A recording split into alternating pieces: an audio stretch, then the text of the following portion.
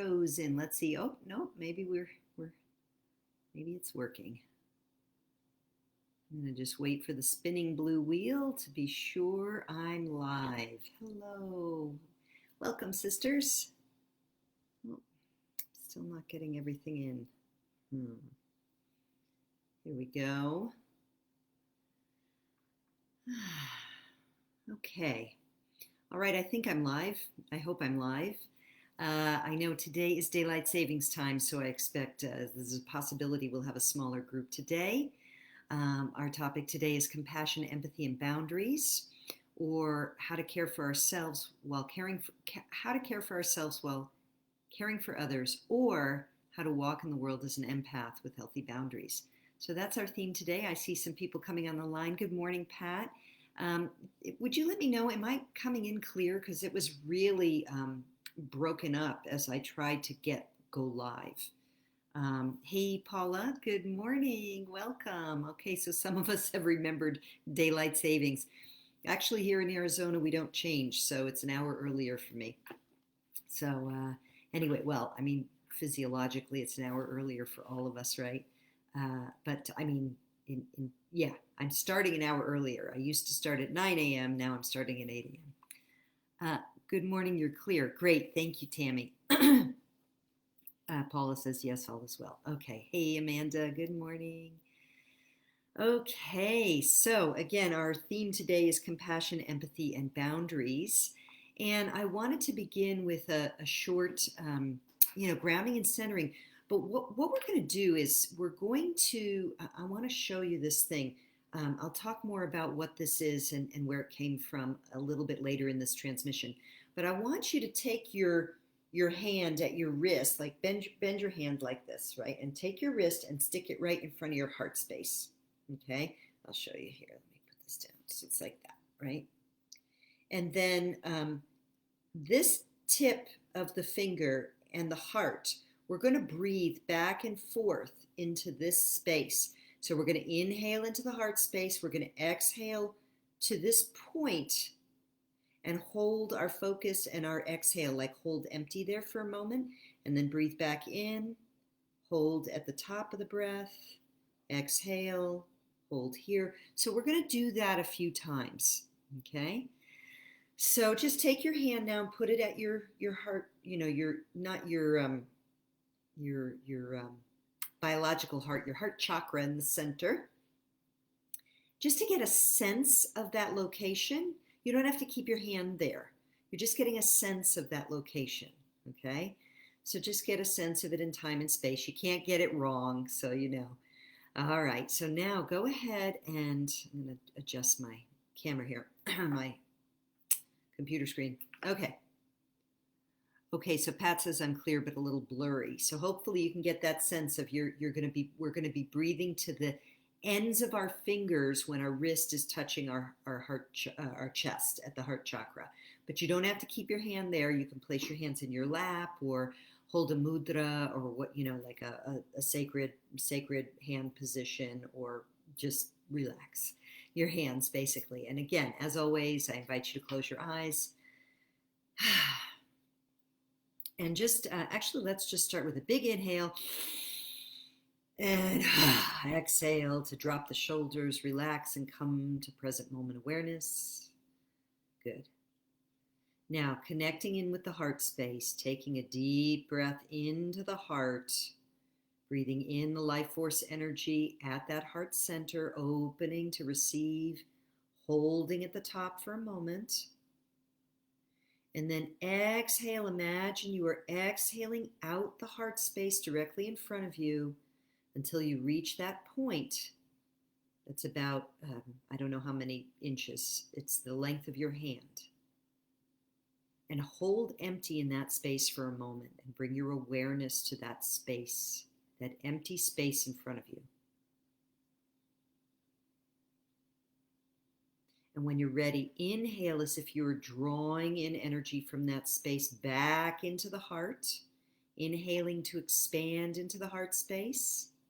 Opening to receive, holding at the top for a moment, And then exhaling back out to those fingertips, even though your fingers aren't there anymore. Exhaling and relaxing on the empty, pausing on the empty at that point for just a moment. Good. And inhaling again into the heart space, opening to receive the breath of life.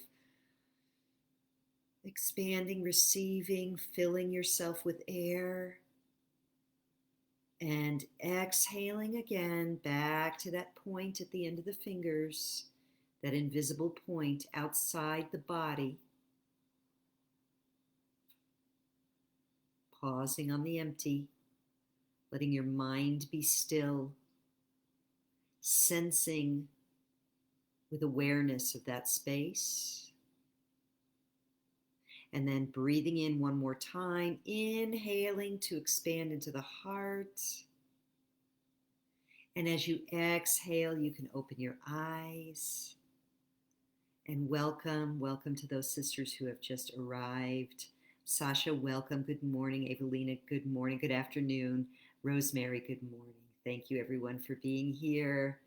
Happy new moon in Pisces. And happy daylight savings for those who have that. Okay, so our topic today really comes from those new moon energies. And again, I titled this Compassion, Empathy, and Boundaries, and then I have kind of two subtitles.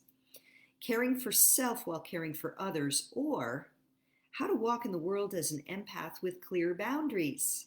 So that's our topic for today. Now, in my newsletter this past week, and in the post I put on Facebook yesterday, I talked about feeling the feels, and I talked about the astrology that just happened yesterday. So I'm going to talk a little about that to set the context, and then we're going to go deeper into this. So yesterday we had the sun and the moon conjunct, because it's a new moon, in the sign of Pisces. Now, Pisces is the deep, watery feeling sense. It's the empath of it's the sign of the empath in the astrological wheel.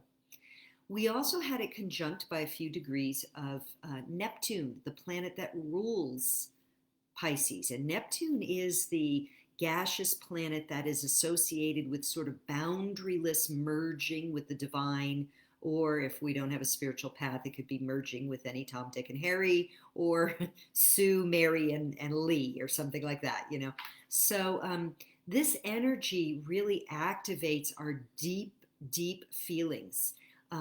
Deep feelings in the emotional sense. It could be memories, could be walks down memory lane that evoke old memories and the associated feelings with them. And it could be around the boundarylessness that comes when we deeply merge with Source. It's a watery energy. And if it's activating anything in your chart, as it has been for me, the Neptune has been for me, then it's going to slowly dissolve any sort of rigidity or crystallized energies around those, whatever those planets represent. So I took notes because I wanted to be sure, because it's Neptune, I could kind of boundaryless go all over the place, and I want to bring this through in a clear way. So when I wrote about feeling the feels, and it's a good time to get connected with our feelings, and to really leverage this time frame for that energy, what I forgot to consider is that people who are empaths and have not been trained how to manage their own feelings and energies and boundaries, well, they'll feel everybody else's feelings as well as their own, or maybe feel other people's feelings and not really have an understanding of their own, of what is mine and what is not mine. So that's not a good thing. So I wanted to really talk about this because I feel like it's very important for all of us to begin to, if we haven't already, get really, really healthy with our boundaries. And, in the last few years, a lot has come forward about the narcissist and the empath. And this is not my expertise area, but I do have some friends, of course, who this is their absolute expertise. But we know just by looking at the world that what we have is a lot of messed upness. And even if we just look at the way women are conditioned in their roles to be caring and nurturing, we can see that many of us have been sort of foisted into what we would call the more empathetic or empathic role. But we also know that on this planet is run by narcissists. That's the kindest thing I could say about them. Anyway, that's not the topic for today, but just for those of you who are studying any of the backstory of what's really going on, we know it's not a pretty scene. Then we have all these star seeds, light workers, priestesses birthing onto the planet, coming in with great compassion, but then getting kind of caught up in the empathic, feeling the feels of everybody else and being in the field of a highly dysfunctional global society, and really getting twisted in a knot of confusion, distress, boundarylessness, and then therefore to being taken advantage of, abuse, etc. This is the dynamic of the narcissist and the empath. So this is something that it's time for us to really clean up. It's like, I mean, there are books written on it. So if you know that you are an empath that has been we could say, chronic patterning with a narcissist, often established in childhood with a parent or parents, you probably are already doing your work on this. And if you're not, it's time to do the work on it. We all have to really look at where our boundaries have been smeared, stepped over, etc., or where we've done that. So, and again, we could look to the family dynamic often, where these issues arise. So, there's something that's really beautiful about the empath. We know that there's super skills, super abilities that come along with the empath, psychic abilities, and empathic sensitivity, all of that. But it doesn't work if we are hobbled by those experiences because we've been either traumatized or abused by narcissists. So, I think about the Bodhisattvas of Compassion. So let's just tune in for a moment. Go back into your heart space for a moment. Let's all go back in there, take a breath. And I want to invoke now and call forward Kuan Yin and Tara, the two goddesses who are Bodhisattvas of Compassion, who have taken a vow, as the story goes, to not ascend to complete nirvana until all souls, all beings have achieved enlightenment, have been liberated from the cycles of samsara. And just breathe into that for a moment.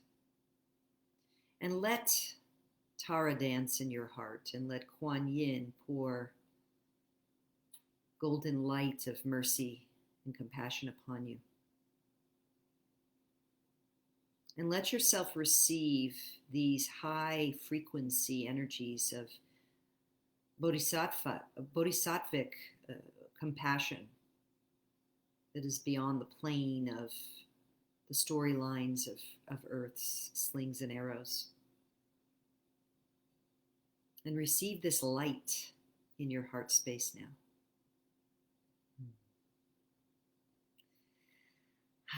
And breathe it in and open your eyes when you're ready.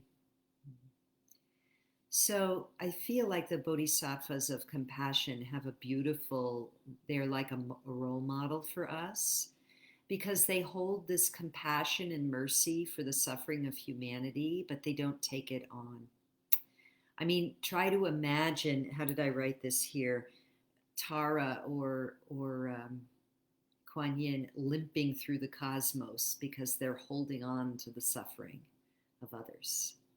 There's a distinct difference between empathy and compassion. And I'm going to backtrack a little for a moment here. I'm conducting these interviews with these extraordinary spiritual teachers and priestesses around the globe right now to prepare for Return of the Priestess 2. And the first interview I did was with Sally Kempton, who is a meditation teacher of many years. And so I really want to encourage you to watch that when it comes live sometime at the end of April. She's the one who taught me this thing with the hand and breathing out to the tips of the fingers. And she made a distinction, and you'll have to listen to her. This is her teaching, not mine, but I want to bring it through like, what do you say, paraphrased.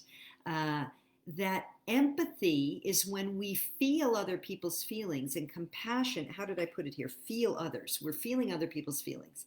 And that can hobble us, especially when people are suffering a lot.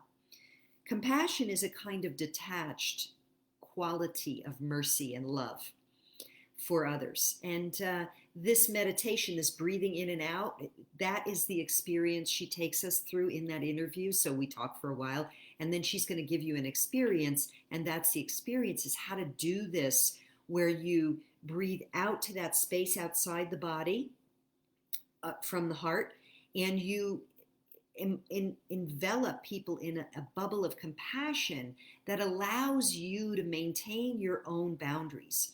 Because again, we cannot be hobbled by the suffering of others. And there's a tremendous amount of suffering, as we know, on this planet, and maybe there always will be.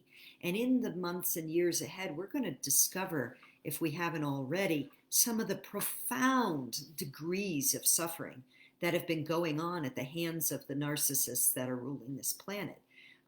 Just the vileness of it. And if we get hobbled because we're empaths who have not established boundaries, then we're not going to be able to be of help. So that gets to the next thing, which is the card I pulled this morning. So last night I was in the bathtub. I decided I was going to really leverage this new moon conjunct Neptune sitting on my Chiron, which is the wounded healer, in Pisces, by taking a bath and listening to an hour-long mantra for healing and healing illness and pain, and really reflecting on a statement from the course that I read yesterday, that all healing involves replacing fear with love. So that was what I did as my ceremony, my new moon ceremony last night. And as I did, near the end of it, what emerged, there was a lot of going through memories of my past, doing that breathing prayer of compassion for certain people in my life, practicing forgiveness for some of the times when I have been insensitive and cruel, feeling deep compassion for my elderly parents who are coming obviously near the end of their lives, and given the circumstances, and like all of that stuff, feeling the feels, moving into all that stuff, and then feeling that I want to talk about this today with all of you. But then this morning, it wasn't as alive in me because it was morning, and I wasn't in the bathtub anymore with the pink Himalayan sea salt and the hour-long mantra. So, but then I sat at my altar, which is behind me there, and on the ground. And then let's see if I can show it to you. There it is. You can see where I was sitting in my, and I pulled a card. I asked Divine Mother to guide me what to speak about. And what I got was the Counselor, which is the 12 of water. And look at this. It's the sun and the moon, the image with the eye there. And then all of this watery stuff, which again, it's like Neptune, and then the star at the throat and the heart at the third eye. This person who is the counselor, who is advising kings and queens. So here's what I wrote: to be a true counselor of others or for others, whether that's friends or family, our children, or our clients. We cannot suffer with them. That is what the boundaryless empath does. We can't suffer with them because then we're not in our own centered space to actually draw from the field to offer guidance. So empathy and sympathy, they're different too, right? Sympathy is when we're really like in that sympathetic place with them and really feeling the feels. But as empaths, if you're an empath, you also can be that, like, all right, we used to say, well, to be empathetic is to be somewhat removed from it. You're not like wringing your hands with them. But if you think about the empath is sensing it anyway. And that can feel like a superpower, and in a sense it is. But if we feel that without the emotional maturity that lets us be in compassion, then again, we're not being a good counselor. We're projecting our stuff onto them, or, not really able to listen fully, because a counselor has to listen. We have to listen to where and be present with them, with their map of the world, with their experience. And if we're feeling their feelings and it's triggering our own stuff, then we're not being in that place. But the compassionate counselor can hold space.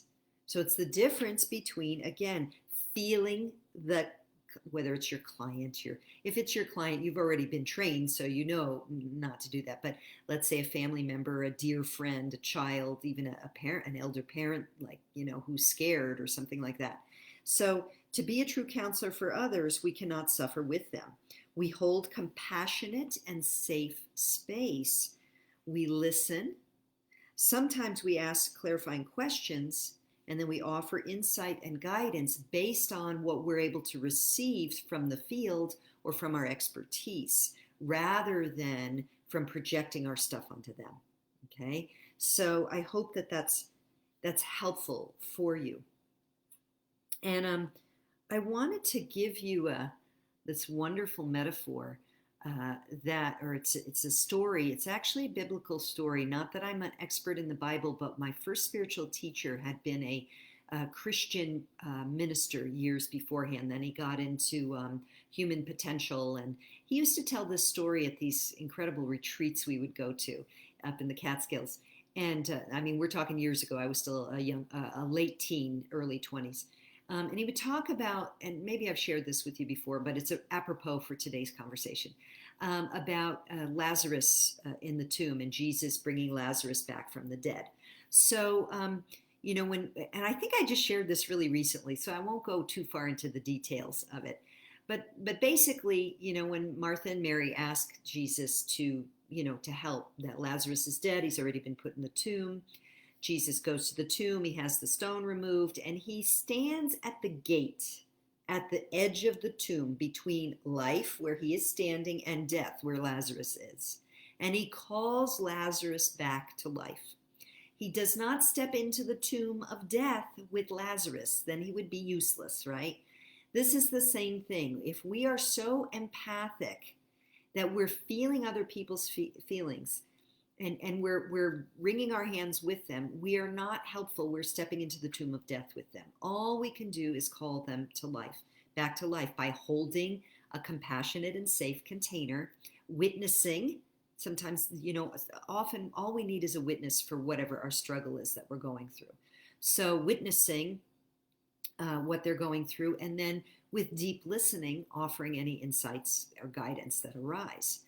So at this time on our earth, I feel like the empaths have been, for the last few years, really learning how to walk that fine line between using their superpowers of being able to sense and feel and read a room and know what's really going on beneath the surface of someone's face or what they're saying, and keeping those very clear boundaries.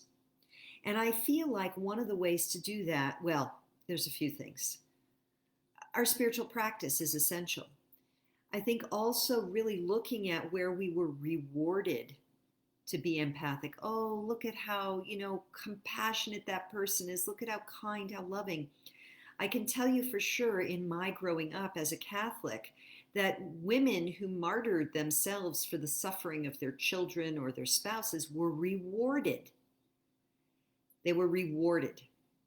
And so I grew up, and I love my mother. I Goddess bless her. And I struggled because I don't have this intense sort of mushy, boundaryless energy. I have my moon, for example, is in an air sign. And so I had a hard time with my mother's empathic boundarylessness. It pissed me off, actually, to tell you the truth. But I couldn't say why. I just always felt like there was this cloying energy to try to get me into suffering.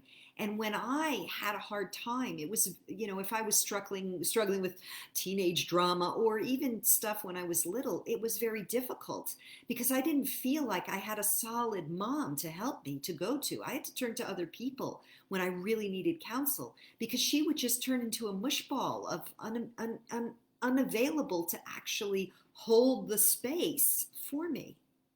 So, and I'm not trying to throw my mother under the bus. I love my mother. She did the best she could with the tools she had. And she was very, very strongly rewarded for being in that space. That was what a good Catholic did, right? A good Catholic woman sacrificed herself, suffered for other people's suffering, right? Just like supposedly Jesus suffered for our sins. Well, this energy has got to stop. Now, I realize I'm older. My mother's older. Many of you I speak with are in my age range, but some of you are younger. So these dynamics can come up in lots of different ways. The young ones who come in with this heavy-duty empathic ability, it's crucial that you recognize that throwing yourself on the sword for someone else's benefit will never serve anybody or anything. And when narcissists or people with the tendency start to step on your boundaries, giving and giving and giving more is actually not going to serve you or anyone else. So setting clear boundaries is what's going to serve you and everyone else. So, there are, I should have prepared some recommendations. In last year's Return of the Priestess, Jennifer Moore was one of the speakers, and this is one of her areas of expertise. She works a lot with empaths, so if you relate to her, you can check her stuff out. Modern Medicine Lady. And there are plenty of others. I mean, you can do a Google search now and find all kinds of stuff on YouTube, all kinds of books. So if this is an issue for you, if this is a theme for you, I highly recommend that get on it now. You don't have to give up your empathic abilities, your super skill of reading the field, of sensing, of being psychic, by setting boundaries with others. Nor do you get extra points in heaven for sacrificing yourself for others. And those of us who are older, who maybe were raised as Catholics or as Jews, you might be snickering right now knowing what I'm talking about, right? So to be a wise counselor, and we need lots of us right now on the planet, it's about the capacity to have compassion, to be able to recognize and sense into and feel other people's feelings for that subtle refinement of how to guide, how to be a counselor. But with the clear boundaries of knowing what's theirs and what's mine. So let me just look at my notes here. Go ahead and if you have questions, comments, go ahead and put them in there. We have time to talk about it a little. I'm going to look in a minute. Yeah, I just wanted to mention one other thing, that I think some of us were conditioned into believing that what a loving person is someone who sacrifices themselves for others and lets other people's feelings roll all over them one way or another. And yeah, we have to grow beyond that as a human family. We have to be fierce warrior priestesses, which doesn't mean that we slay others. It means we stand in our incredible strength, honoring our boundaries, honoring other people's boundaries, in defense of the children, in defense of those who cannot defend themselves, and with the super psychic skills of an empath who understands what's mine and what's not mine. So let me just look here at some of what you all have been saying. Ooh, there's a lot of comments today. Okay. Hey, Janelle, good morning. Oh, so Janelle says her kitty escaped the apartment Friday and she's using tools that I've taught her, breathing. So yeah, this is an opportunity right here, recognizing, Janelle has lost her cat. Let us all offer her some love and some light right now. And we can even offer a bubble of light around her kitty, that they may be reunited. Okay, Amanda says, beautiful, thank you. Thank you, Dawn, for the heart meditation. Hi, Anne. Anne says, good morning. Sasha says, with every in-breath, I had a vision of a powerful feminine figure, not sure who it was, definitely not of this world. Oh, cool, Sasha. I recommend you do a Google search on goddess images and see if you find any. That could be really interesting to find out who. And if you don't know what Kuan Yin and Tara look like, that would be a good thing to look up as well. Paula says, this is perfect. My Mercury communication is in Pisces. That makes you a great counselor, Paula, as long as you have good boundaries. Hey, Sharon, good morning. Happy to have you here, dear. Paula says, I so resonate with what you are sharing. We empaths, thank you. Evelina says, yes, boundaries are so important, indeed. Good morning, Judith.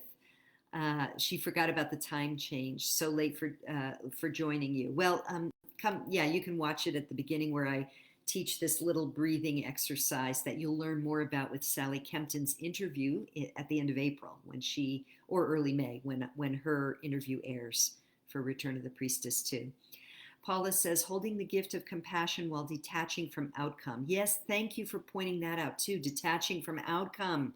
Yes, that is another place where we can get confused, where we get caught up in the emotion and the attachment to it being a certain way. Compassion is a way of that detached care where we got to let go of the outcome, because the outcome isn't always up to us, right? Just like offering love for Janelle just now and her kitty. We don't know the outcome, but we can offer love and compassion, holding the kitty, holding Janelle in that love light for the highest outcome. And she says it's up to the higher self of others to receive or not our compassion. Absolutely. Sharon says martyrs were rewarded. So true. Yep. Yeah. Martyrs were rewarded. And that is the old paradigm. That is so previous centuries. That is so last age, the age of Pisces. And we're shifting into the age of Aquarius. Okay. Evelina says, thank you for pointing out the right for boundaries. Yes, we have the right to our boundaries. And if we've been violated as children, of course, that is a learning skill. That's something we have to learn. Janelle says, this talk today is exactly what I needed to hear. Oh, thank you for telling me that, Janelle, because sometimes I'm like, I have so many things I want to talk about. And I'm like, what is the guidance? And I always ask Divine Mother. So it just affirms that, when I get out of the way, it comes through. So it's exactly what I needed to hear. Empathy versus empathic versus compassion and compassionate. I need to make this transition. Yeah. I mean, we really do get hobbled. And I love that image. It's a little humorous. Just imagine Tara or Kuan Yin walking through the cosmos going, oh, I just can't deal with it today. I'm feeling everybody else's feelings and there's so much suffering. That's not how it works, right? They're divine detachment, where they have yet they're holding this space of such love for us, such deep compassion, yet it doesn't hobble them. And that's where that's what we aspire to, right? That's how we go to the highest service. Sharon says, my Venus, Moon, and Chiron are in Venus. Do you mean in Pisces, dear? This so resonates. Yeah, I have that Chiron in Pisces too. We're probably close to the same age then. That's a lot. That's a lot of water. I would guess, Sharon, that you also had to deal with a lot of, learning about empathy and being empathic, and maybe having to dance with some narcissists in your life as you felt other people's feelings. Sending hugs, Sharon says, replying to Janelle.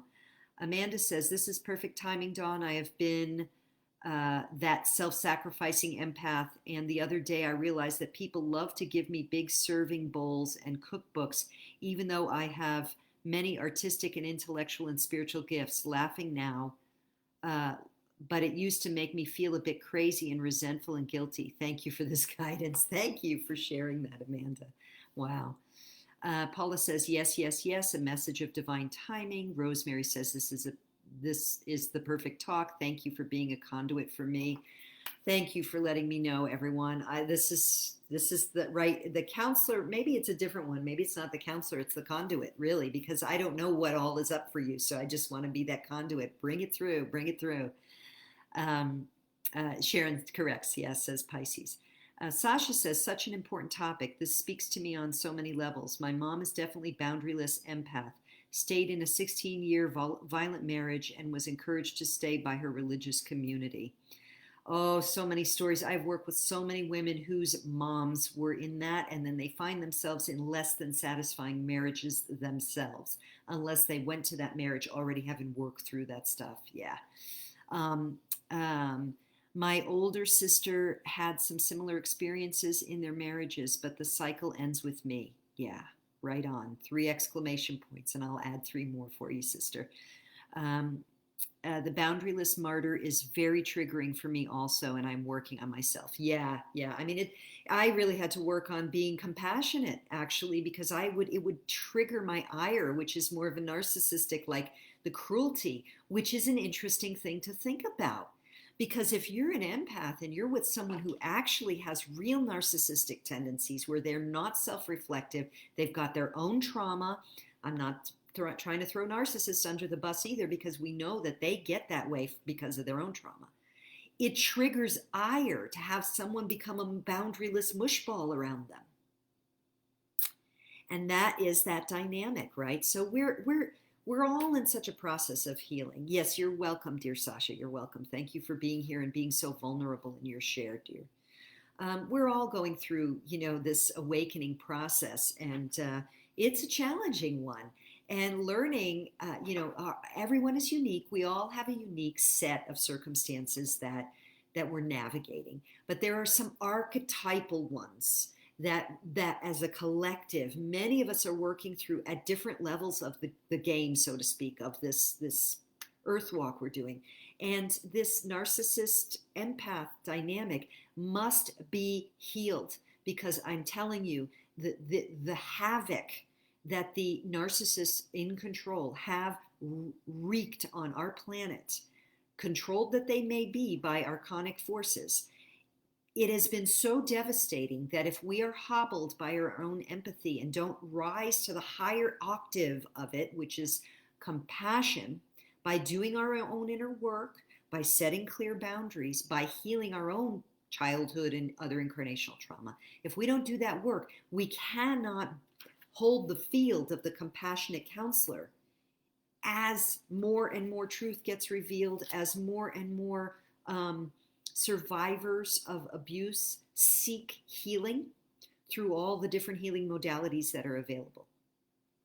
So if you are any kind of a healer, whether it's an energy healer, a massage therapist, a psychic, an empath, a tarot reader, whatever it is, or just a good friend, this is the call for us all to rise to that higher octave that is the Bodhisattva of Compassion. So if you're really resonating with this, I strongly encourage you to work with Tara or work with Kuan Yin.